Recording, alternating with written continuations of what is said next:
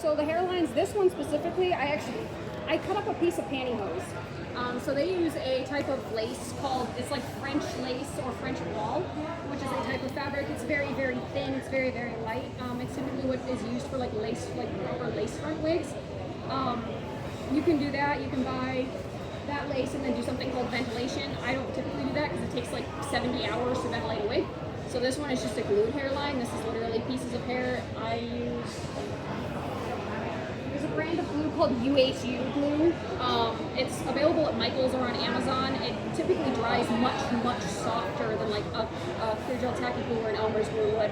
It's kind of expensive. I found that it's like $12 for a tube about like that. At least where I'm at, I'm up in Michigan, so like I don't know if the prices here vary, but you can use that to make these really soft wefts here, and then I just use like a piece of pantyhose and then glued it to the inside, and then I actually ended up using E6000 to like kind of adhere it on the like tabs here. E6000 is a very flexible like industrial adhesive, so it's going to be really, really durable, really waterproof or sweat-proof, and then it's going to be very flexible as well. So like that's one option, and then there's also like glued hairlines where it's literally just the hair. I ended up not doing that. I have some like sensitivities around my hairline, like sensitive skin in general, so I didn't want the hair physically touching me, which is why I added a barrier. That's not, a hard and fast rule. It's just very personal preference on that. I don't know if that answered your question or not. Okay, perfect. Yeah. So you know how like if you have a curly wig, it comes curly, and you but you have to brush it out. Yeah. And the more you brush it out, the more straight it starts becoming. It loses that curl. What is a safe way? Because obviously you can't use a curling iron to re-curl a wig. I should have brought that wig to curl. We should have brought the wig to curl. So you can use a steamer. So a steamer is like, it's generally used for like steaming garments or like wedding dresses or similar types of things. I would recommend seriously anyone who does like any kind of dressing up, a steamer is the most versatile tool. But you can take a steamer and then you can take a round object that is okay to heat up. So this could be a toilet paper tube, this could be a paper towel tube, this could be proper curlers, this could be a wooden dowel. It's literally whatever round thing you have that you're okay with like steaming. You wrap the hair around it, you heat it up with the steamer, and then you let it cool completely before you unwrap it. And then when you unwrap it, it'll give you a really nice ring-like curl. From there, you can kind of adjust it, and like you can steam it to straighten it out a little bit. You can have really, really tight curls with a much smaller thing to wrap around. Okay. There's all kinds of options for that if a curling iron is not an option. Thank you. That is a big question I've had. Yeah, the inverse is like you can take a really super, because this wig started off as like an extremely curly wig. I mean, like, I took it out of the package and I was like, oh boy. I used a steamer to steam it straight. I just kind of let it hang out, and then I used my steamer and pulled. The other side was a little bit louder, so how about we try this again? Oh, here's how we doing that. We doing good? There we go. We got a couple little announcements. 2 o'clock. Denise Crosby, main stage. You guys know her from Star Trek, Stephen King's Pet Cemetery. She's going to be right over there on the main stage at 2 o'clock. She's doing an interview with Q&A. Right over here in the high-tech meal room, the opposite corner, we got the wig and machine styling, we got the How to Turn a Comic to a Low-Budget Film. We got that all the way to the other corner. And then Anthony Carrier. You guys know him from Barry, you guys know him from The Flash, you guys know him from Gotham. He's going to be doing the photo op, and then he'll be also on the main stage at 3. So make sure you guys check that out. I'll be back in about 10 minutes or so for another reminder. Make sure you guys check that out. There you go. Okay, so. Didn't hear that last part. Didn't get to hear that last part. You guys are not going to be able to hear me. I can't even hear myself. It's fine. Yeah, so you can actually take it and like pull it down as you're steaming it to kind of straighten it out a little bit, and then you can use your crimper to finalize that straightening. Crimper. Once it's crimped, you can re-curl it, you can make it wavy, you can keep it straight, you can do really whatever you want with it. But, yeah. So the crimper, is that like a regular hair crimper, or is there a special kind of hair crimper? Okay. So this is yes. 2 of the panels that I don't use because I use the finer tooth ones. That's just my personal preference. That usually comes with interchangeable panels on it though. So it typically comes in what looks like a straightening iron, and then it's literally just gonna like clamp on. This is like one of those things that you want to make sure that your wig is heat resistant before you try to crimp it. Yeah. The reason I don't use these for now is because I melted some red wig fibers to it, and it now leaves pink streaks in all my wigs that I try to crimp.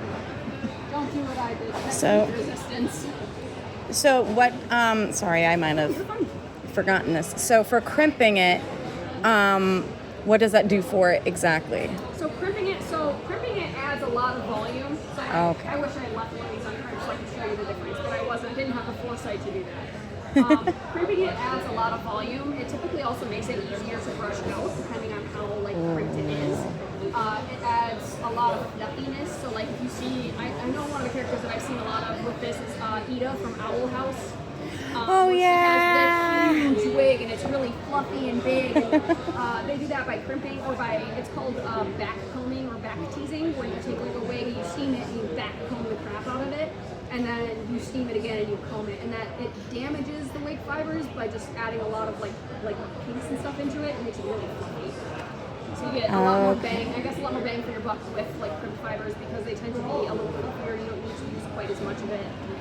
Especially for something like this where it's like you have to have a lot of hair to cover, so the fluff adds some coverage. The creates more volume. Yes, it adds Okay. more volume to it. Make it a bit less shiny too, so it burns away the shine sometimes, so it doesn't look like plastic.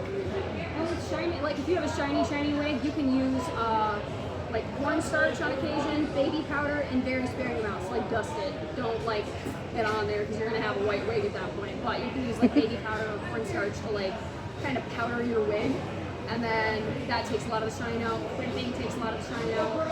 Fabric softener, depending on the wig, fabric softener in hot water can also take some of the shine out. So what's an alternative for crimping if you don't have a heat-resistant wig? Back combing. So you can use your steamer, and then you steam the wig, and then this is called the finishing brush. So you can use this, and then you would take it, and you would, if I had a steamer, I'd steam it, but I don't. So you take it and you go.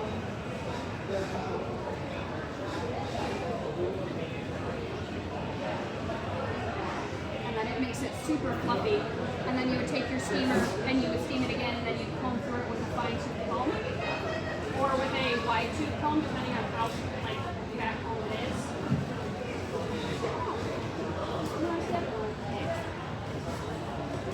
You could use a comb like this or like this. I would start with a wider set teeth before you try to do the other ones.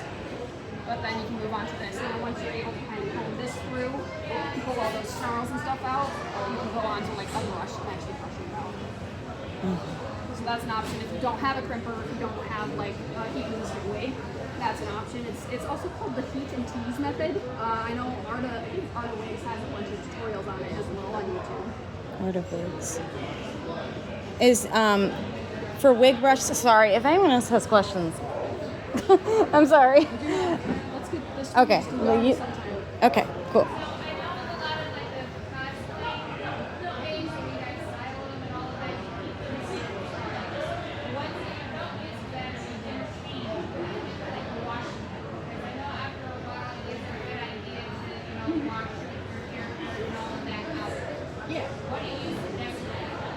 So you would use you can do it in your sink or a bucket or however is easiest.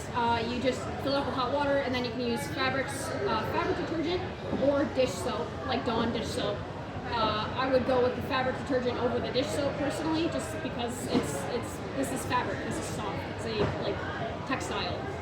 And then you just soak it, and then you want to make sure that you rinse it really, really well. You can also do something called theater wash, where it's a 1-to-1 mixture of 70% or higher isopropyl or cheap vodka and water in a spray bottle. And then those are both options, because the isopropyl and stuff will sterilize it. That does not get rid of the dirt, so you can do that in between washes, but definitely if you're able to wash your wigs in hot water and a gentle soap. Of course. And then you have one more question. Oh, the type of brushes you use for your wigs. Yeah. So is there the typical rounded brushes that you use for wigs? Is there another type that is safe? I don't typically use brushes. This is literally the only brush I use on my wigs typically. Brushes are typically a very wide paddle head, so I don't like to use those. I feel like we're overrunning our time. I'll stop Okay, sorry. just a second. I'm so sorry. This is a finishing brush.